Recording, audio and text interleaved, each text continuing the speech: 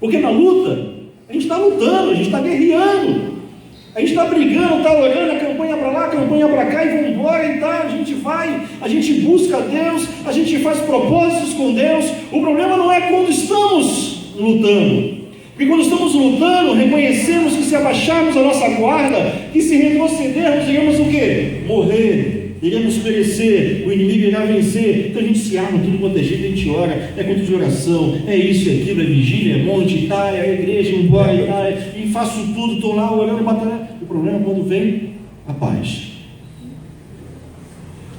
Saul, 40 anos conduzindo o povo de maneira errada. Davi, 40 anos, e em parte deles para corrigir o que Saul fez. Agora Salomão, 40 anos de paz. Aquela criança, quando assumiu o reinado, porque ele assumiu o reinado, ela era uma criança. Aquela criança, quando assumiu o reinado de Israel, ele já pegou o palácio cheio de ouro, um estado de Israel fortalecido, as pessoas tinham reverência a Israel, tinham pavor de Israel por causa do seu pai Davi. E Salomão então, ele foi desfrutar da riqueza, ele relaxou. É verdade que ele é um homem sábio, um homem que jamais existiu igual e jamais existirá um outro igual, porque a Bíblia fala isso. Um homem que teve 1000 mulheres, um homem que por causa disso cometeu idolatria no final do seu reinado, um homem que por causa disso, reconhecendo isso, quando ele vai escrever o livro de Provérbios, se você pegar o livro de Provérbios, 10 primeiros capítulos, é Deus falando, dali para frente é Salomão falando, você vai ver que ele fala que tudo é vaidade, isso não leva a nada, porque ele relaxou. Quando nós conquistamos, quando nós vencemos a batalha, nós glorificamos, ou no culto e ação de graças, mas daqui a pouco a gente não vem mais ao culto, a gente não ora mais, a gente não busca mais, a gente vai relaxando, é só por hoje, a gente começa a priorizar outras coisas, agora tem que fiscalizar isso, fiscalizar aquilo, tem que conseguir uma casa, tem de praia, tem que estar lá, cheguei tarde, peguei trânsito, isso e aquilo, eu começo a priorizar várias coisas, e vou deixando a Deus de lado. A maior dificuldade é porque eu estava no tempo de Deus, eu estava vivendo o sobrenatural de Deus, buscando a Deus, e eu abandono esse tempo de Deus, o sobrenatural de Deus, e volto para as coisas naturais, para as coisas terrenas, para as coisas carnais. Eu deixo de alimentar a minha alma e meu espírito, e então começo a alimentar a minha carne, a minha vida terrena, e quando você começa a fazer isso, é fato, quando você começa a alimentar a sua carne, o seu espírito se enfraquece.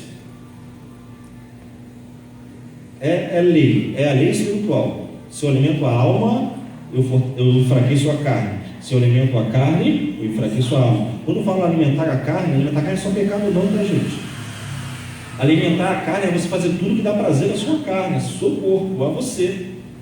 E quando você começa a priorizar essas coisas, ao invés de priorizar a Deus, você está saindo do sobrenatural e você entrou no natural.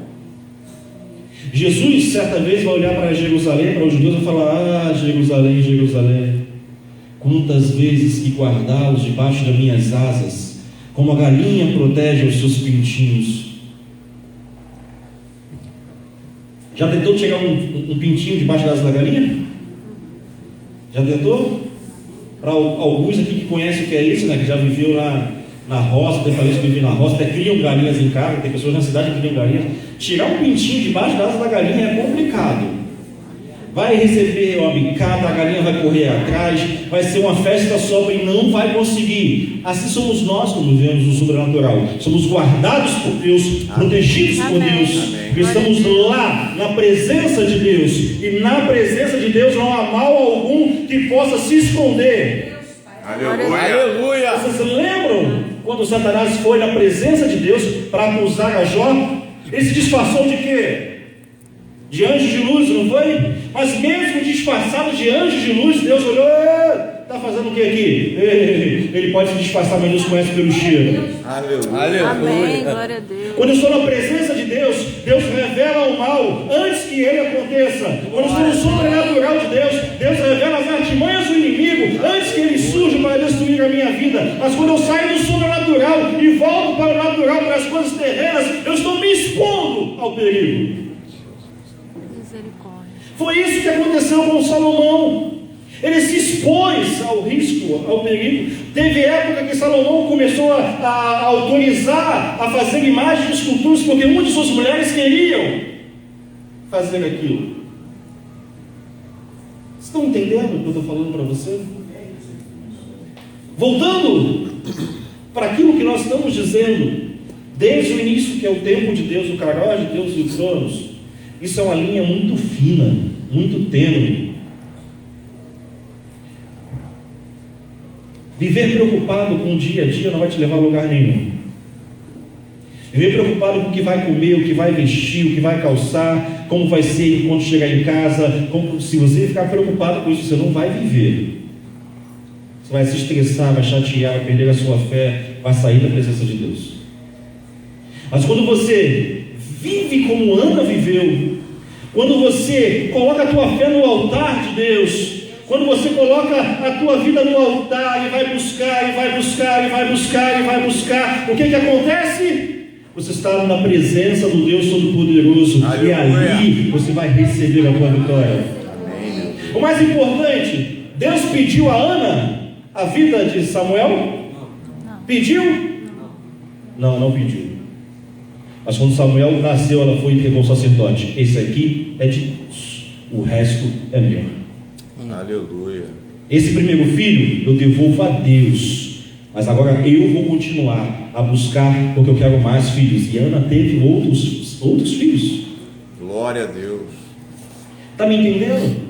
Ela alcançou o milagre dela, ela alcançou o que ela queria, ela alcançou o filho, ela teve o ventre dela remexido, ela teve o ventre que antes era estéril, passou agora a ser mãe de filho. Agora, ao invés de ela celebrar que teve um filho e de se afastar da casa de Deus, das coisas de Deus, como muitos fazem, ela foi: não, esse aqui, Deus, eu entrego a ti, porque o Senhor me honrou.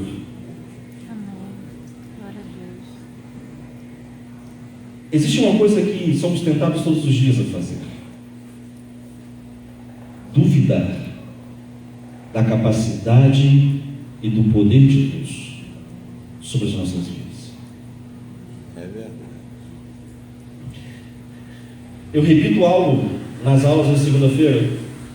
Eu sempre repito a mesma coisa quase toda segunda-feira nas aulas que eu repito. Algumas pregações aqui eu também já disse e vou tornar a repetir. Eu vou falar algo para a tua vida. Deus, Ele é Deus. A ciência hoje reconhece que Jesus esteve nessa terra e viveu no meio de nós. A ciência não mais nega a existência de Jesus como negava há muito tempo atrás. Hoje, a ciência aceita a existência física de Jesus na terra. Isso para mim é o suficiente para respaldar o que está na Bíblia. Se a ciência humana comprovou a existência de Jesus, eu e você, que vivemos na esperança de vida eterna, temos que acreditar e confiar ainda mais. O Deus que eu vivo, o Deus que eu sirvo, aliás, o Deus, Ele é vivo, Ele é poderoso, Ele é algo que possa fazer na minha vida de sobrenatural. Ele vai além dos meus limites. Esse é o Deus que nós servimos. Então, para de olhar para trás, para de olhar para o seu presente, para as suas limitações. Saia do plano material, entre no plano sobrenatural. Saia do tempo do homem e entre no tempo de Deus. Viva o Kairos de Deus. Aleluia. Para de olhar as dificuldades que você está enfrentando. Quando começa a olhar para mim, só vou enxergar defeito. Se você começar a olhar para você, começar a enxergar defeito, limitação, não posso, eu não consigo, não dá. Essa semana para mim, eu passei por um momento desse. Eu também sou homem, tá, gente? Igual a você, não sou diferente não, tá? Também passo pelas mesmas provações. Meu carro deu um monte de problemas essa semana que eu fiquei desesperado e comecei a falar: por que isso? Por quê?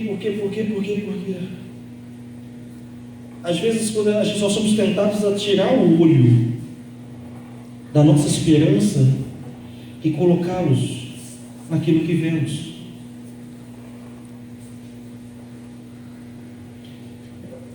Quando Jesus multiplicou 5 pães e 2 peixinhos, o que aconteceu? Os discípulos viraram para Jesus e falaram: mestre, Já viu a multidão? São 5.000 homens. Sem contar as mulheres e as crianças. São só 5 pães e 2 peixinhos. Aqueles homens estavam olhando o natural. Aqueles homens estavam olhando, e eram discípulos, que viviam com Jesus, que andavam com Jesus, e que viram vários milagres de Jesus. Eles falaram: mestre, como? Jesus falou: trazei a mim os 5 pães e 2 peixinhos. Jesus não olhou o natural, Jesus não olhou a limitação humana, terrena, ainda que ele fosse 100% homem. Jesus pegou aqueles 5 pães e 2 peixinhos, levou para o alto terreno, deu graças a Deus e devolveu, e ainda sobraram 12 cestos cheios. Eu quero falar para a tua vida: tire os seus olhos do natural, tire os seus olhos das coisas terrenas, tire os seus olhos daquilo que limita a tua fé e coloque os seus olhos em Deus. Não dê ouvido às vozes, não dê ouvido às circunstâncias. Ouça aquilo que Deus tem falado ao teu coração e vive e desfruta do melhor de Deus para a sua vida. Glória a Deus.